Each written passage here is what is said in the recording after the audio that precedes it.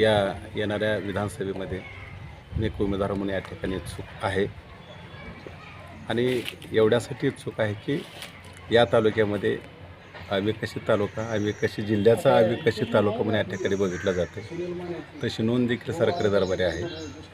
विकासाच्या दृष्टीनं हा तालुका पुढे जावा आणि या तालुक्यामध्ये जे लोकप्रतिनिधी म्हणून असणारे गेल्या 15 वर्षापासून वनसाईड सत्ता असणारे जे काम आमदार चौगुले असतील यांनी या तालुक्याच्या खऱ्या अर्थानं पायाभूत विकास सुविधा ज्या लागतात किंवा पायाभूत विकास लागतो या संदर्भामध्ये निश्चितपणानं पूर्णपणे दुर्लक्षित आहे.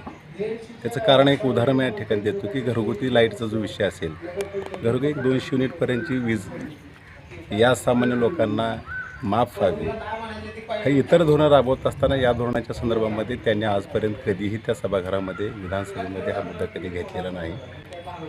त्या विजेचा प्रश्न असेल तो त्या सर्वसामान्याच्या जीवनाचा संबंधित असणारा प्रश्न आहे. इथल्या पायाभूत सुविधा, इथली बेरोजगारी, तरुणांच्या हाताला काम, इथं मोठ्या प्रमाणामध्ये स्थलांतर या ठिकाणी शहराकडे होतं आहे. या तालुक्यात जवळपास 50 ट्रॅव्हल्स या ठिकाणी दररोज बाहेर पडत आहेत. इथला तरुण त्या ठिकाणी गावाकडून शहराकडे जात आहे, तो केवळ जगण्याच्यासाठी. तशा पद्धतीचे विकास किंवा ह्या तरुणाला काम देण्याचं काम ह्या आमदारांना कधी आत्तापर्यंत केल्याचं दिसून येत नाही. लोहारा अविकसित असताना या लोहाऱ्याच्या माध्यमातून MIDCच्या प्रश्नांच्या संदर्भात सातत्यानं खऱ्या अर्थानं काळजीपूर्वक तो लढा लढले का किंवा त्या संदर्भामध्ये त्यांनी लक्ष दिलं आहे का असं अजिबात आम्हाला वाटत नाही.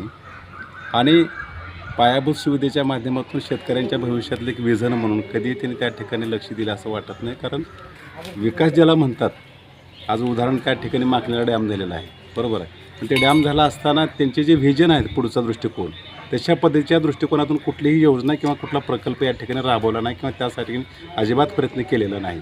आज 7 रुपये मागणी करून, जनतेला भावनिक करून 7 रुपयेचा मागणी करून आमदार झालेला आमदार 15 वर्षामध्ये 700 कोटीचा मालक होतोय अशी चर्चा जनतेमध्ये आहे.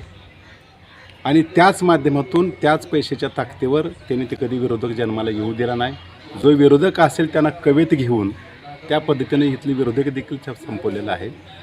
प्रबळ लोकशाहीसाठी विरोधक आवश्यक आहे आणि यांच्या कालखंडामध्ये विरोधक देखील पूर्णपणे संपवण्याचं काम या ठिकाणी झालेलं आहे.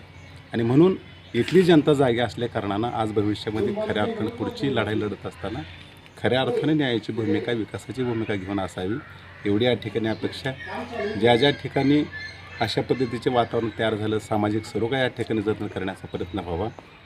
अशा पद्धतीनं असं कधी झालं नाही. कारण ही निवडणूकच नीळ विरुद्ध गुलाल आणि रामना विरुद्ध जय भीम अशा पद्धतीचं एक दूषित वातावरण त्या कालखंडामध्ये केलं गेलं. भविष्य ते अशा करण्याच्या तयारीमध्ये हे मानसिकता असणार आहे आणि अशा हे प्रवृत्तीच्या किंवा अशा विचारधारेच्या विरोधामध्ये आम्ही ही भूमिका घेतो. सामान्यांच्या विकासाची दृष्टिकोन ठेवून आम्ही या ठिकाणी भूमिका या ठिकाणी लढण्याची घेतो. आणि आज ज्या ठिकाणी एक 10-12 या ठिकाणी गुत्तेदार झाले, 600 कोटीचे 6,000 कोटीची कामं झाली, तो गुत्तेदारांनी त्या ठिकाणी पर्सेंटेजच्या माध्यमातून गब्बार झाला. आज तो गरीब होता, आज यांचा गुत्तेदार गब्बार आहे. गुत्त देणारा मालक किती गब्बार असेल याची कल्पना करणं गरजेचं आहे. आणि म्हणून ही माणसं त्या ठिकाणी त्यांचा त्या 12 लोकांचा 10-12 लोकांचा विकास झाला. याचा अर्थ तालुक्याचा विकास झाला नाही, पण केलेल्या कामाची मेंटेन किंवा त्याचा दर्जा काय, हा दर्जा महत्त्वाचा आहे. त्याच्याकडे पूर्णपणे विरोधकांना दुर्लक्ष दिलेलं आहे, सर्व जनतेनं त्या ठिकाणी लक्ष नाही. तर या भूमिकेच्या संदर्भामध्ये आवाज उठवण्याच्यासाठी आम्ही या ठिकाणी या विधानसभेच्या माध्यमातून पुढे येत आहोत.